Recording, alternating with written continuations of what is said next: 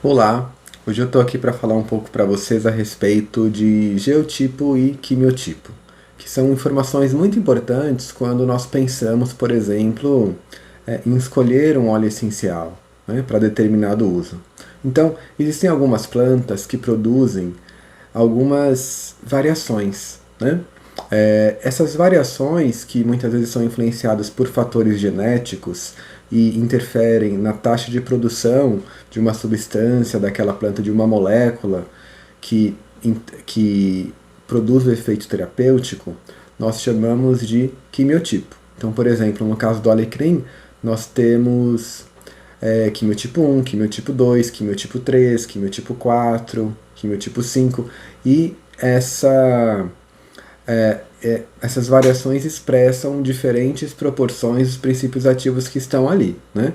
Então, quando eu tenho, por exemplo, o alecrim, que a gente chama QT, né, que vem de quimiotipo cineol, eu estou dizendo que esse óleo essencial ele tem como componente majoritário o cineol. Quando a gente fala, por exemplo, do alecrim QT cânfora, e a gente está falando de um óleo essencial que tem um componente majoritário cânfora, e assim sucessivamente. E de acordo com o componente majoritário, com os componentes químicos que um quimiotipo tem, ele vai obviamente ter aí propriedades físico-químicas e propriedades terapêuticas diferentes, certo? Então, essa é a definição de quimiotipo. Nós temos também a definição de geotipo, que se refere à variação geográfica. Então, por exemplo, no caso do gerânio, né? Nós vamos encontrar, para comprar o óleo essencial de gerânio Bourbon, na França, e nós temos também o óleo essencial de gerânio Egito. E aí nós falamos, né, gerânio GT Egito ou gerânio GT Bourbon.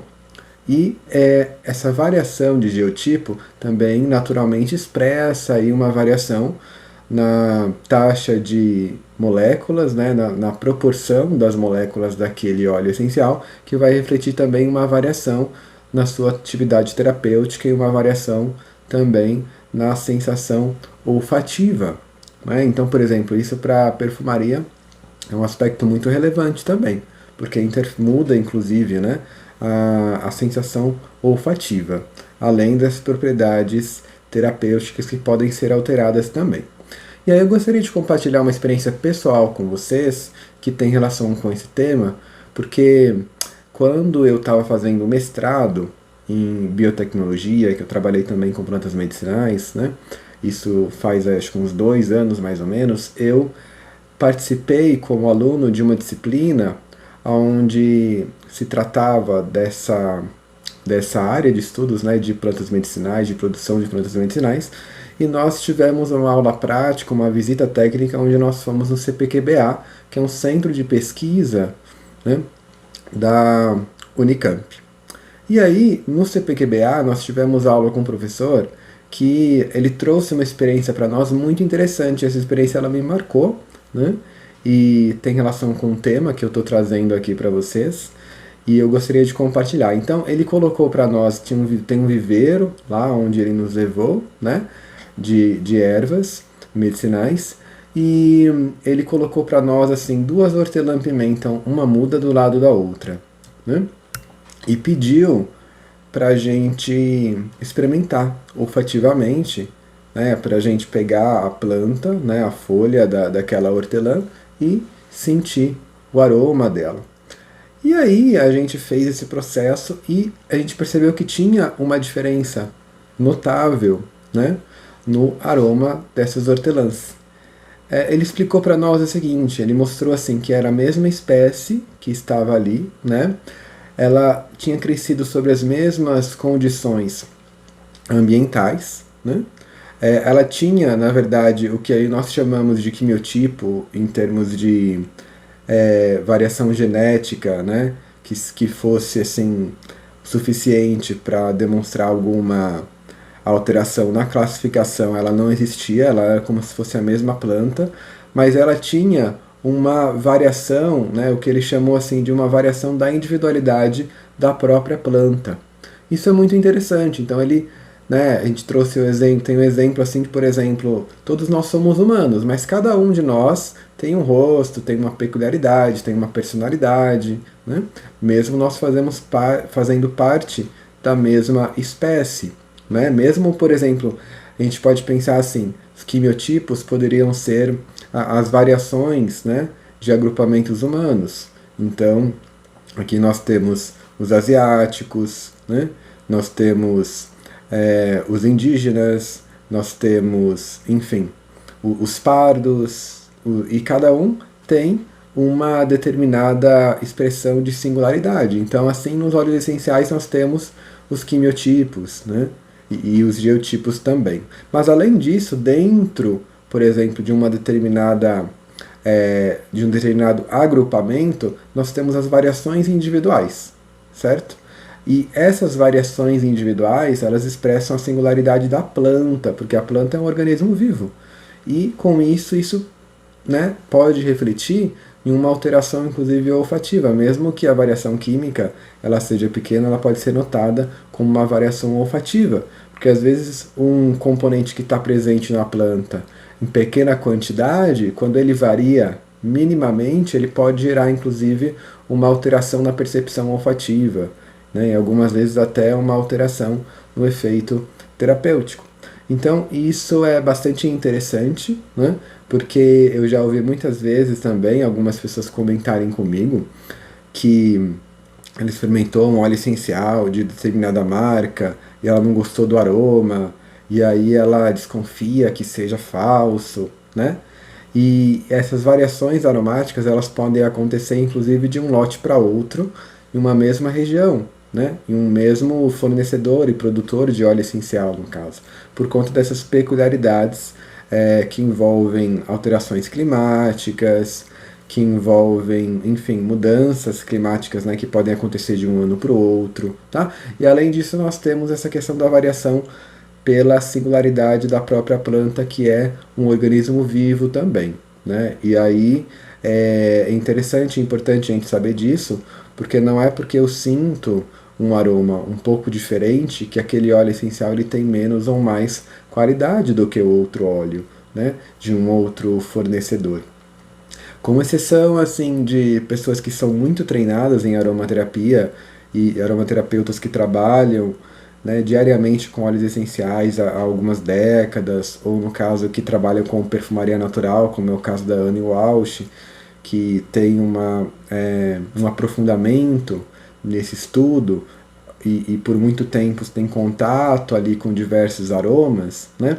Com exceção da percepção dessas pessoas, quem começou a trabalhar e a utilizar a aromaterapia há pouco tempo e ainda assim não usa com constância, a gente não tem muitas vezes uma sensação, uma percepção olfativa que seja capaz de identificar, por exemplo, se um óleo essencial está adulterado ou não com base no olfato. Eu posso até dizer assim, eu gosto mais desse fornecedor, gostei mais desse lote, daquele ano, do que desse, tudo bem, é uma percepção pessoal, mas não ao ponto da gente realmente dizer que pode estar acontecendo ali alguma adulteração, né? Eu gostaria de trazer essa percepção para vocês, essa reflexão, né?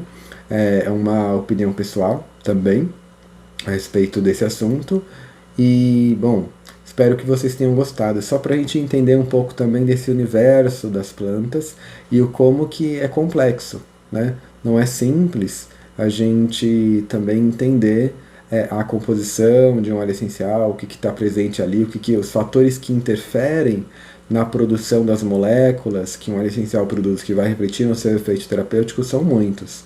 Então é importante a gente ter uma visão mais ampliada, panorâmica, né, para que a gente possa realmente, na hora de escolher um óleo essencial, ser mais assertivo. Então, né, eu já vou escolher o óleo essencial do quimiotipo que interessa para o efeito terapêutico que eu desejo.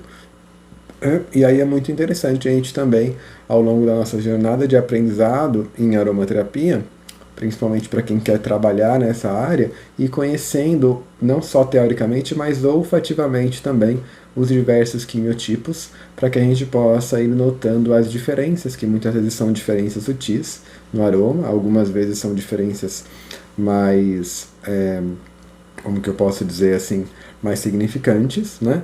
Mas certamente expressam aí uma a consequência na alteração de produção de moléculas daquela planta, e essa produção diferenciada dessas moléculas, ela acontece por conta de diversos fatores, como eu comentei aqui com vocês, né?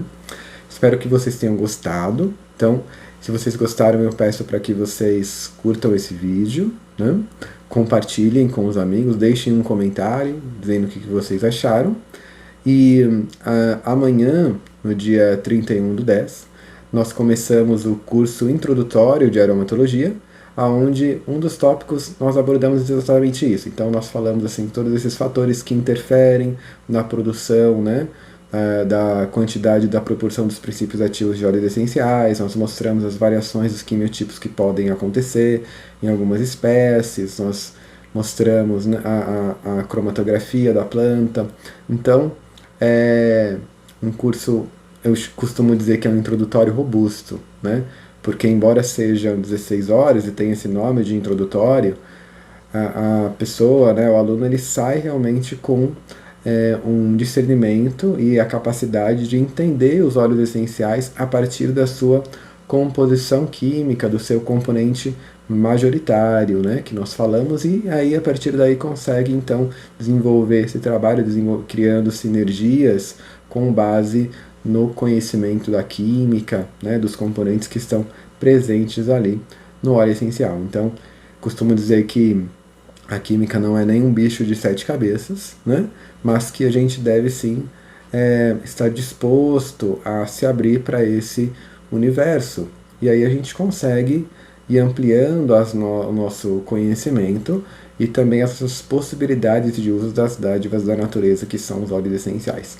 Super agradeço, conto com vocês aí para compartilharem esse vídeo, deixarem a percepção que vocês tiveram. Se vocês tiverem alguma dúvida também, pode deixar aqui, que eu vou certamente esclarecer com aquilo que eu conheço, né? E vou trazer para vocês sempre o que eu puder de melhor, tá bom? É isso, um ótimo dia para todos, um grande abraço.